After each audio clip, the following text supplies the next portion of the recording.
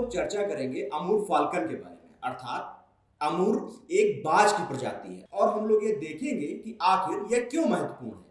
विश्व में भारत ही एक ऐसा देश है जहां मौसमी विविधता के कारण विदेशी पक्षी प्रवास के लिए पहुंचते हैं। अमूर बाज भी एक ऐसा ही शिकारी पक्षी है जो विश्व में सबसे लंबी यात्रा करने के लिए जाना जाता है। उनका 22,000 किलोमीटर का प्रवास सभी एवियन प्रजातियों में सबसे लंबा माना जाता है। इनका नाम अमूर नदी से मिलता है जो रूस और चीन के बीच एक सीमा बनाती है। यह मुख्य रूप से दक्षिण पूर्व साइबेरिया और चीन के उत्तरी भाग में प्रजनन की क्रिया करते हैं। नवंबर माह में जब भीषण ठंड पड़ती है तब ये पक्षी अपनी यात्रा का प्रारंभ करते हैं। अपनी यात्रा के दौरान यह पक्षी भारत के उत्तर पूर्वी राज्य मणिपुर और नागालैंड में प्रवास करते हैं। नागालैंड का दोयांग झील अमूर बाजों के प्रवास के लिए काफी प्रसिद्ध है। विशाल संख्या में अमूर बाज के ठहराव के कारण ही नागालैंड को falcon capital of the world भी कहा जाता है। भारत में महीने भर प्रवास और प्रजनन क्रिया के उपरांत ये शिकारी पक्षी अफ्रीका की ओर अपनी आगे की यात्रा प्रारंभ करते हैं।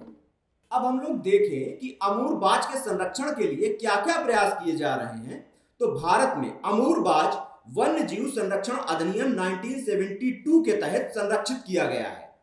इसके अलावा IUCN अर्थात international union for conservation of nature की रेड सूची में इसे लीस्ट कंसर्न श्रेणी में रखा गया है।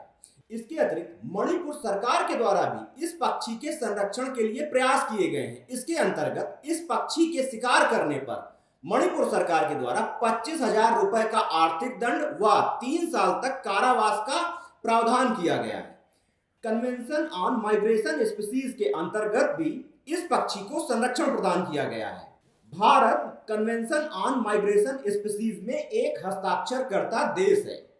यदि हम लोग देखें कि अमूर फाल्कन पर्यावरण और पारिस्थितिकी अर्थात इकोसिस्टम के लिए क्यों महत्वपूर्ण है, तो इन शिकारी पक्षियों का मुख्य भोजन जो होता है वे कीड़े मकोड़ों के साथ साथ विभिन्न प्रकार के छोटे जीव होते हैं।